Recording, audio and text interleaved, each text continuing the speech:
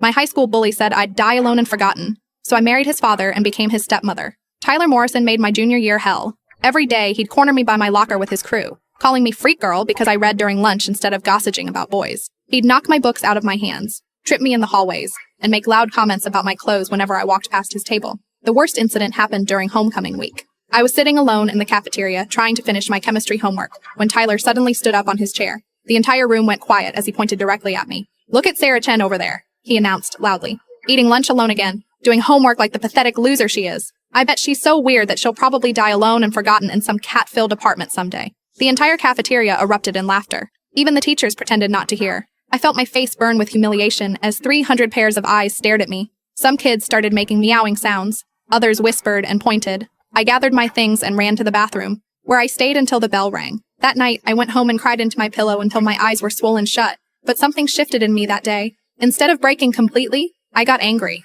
Really angry. I started working out religiously, studying harder than ever, and planning my escape from that small-minded town where Tyler Morrison was considered cool. 10 years later, I was living in Chicago as a successful marketing director. I'd built a life Tyler could never imagine, traveling internationally for work, owning a downtown condo with city views, dating interesting people who appreciated my intelligence. I'd completely forgotten about him and his cruel prediction until I literally ran into his father at a coffee shop. David Morrison was nothing like his son. At 52, he was distinguished, kind, and genuinely interested in what I had to say. When my latte lid popped off and spilled all over his morning newspaper, he laughed warmly and offered to buy me another. "I'm David," he said, extending his hand with a genuine smile. "Sarah?" I replied, not making any connection yet. We talked for 2 hours about everything. Books, travel, architecture, life philosophy. He was recently divorced, worked as an architect, and had this gentle way of listening that made me feel truly heard. When he asked for my number, I gave it without any hesitation. Our first date was dinner at a quiet Italian place downtown. David was fascinating,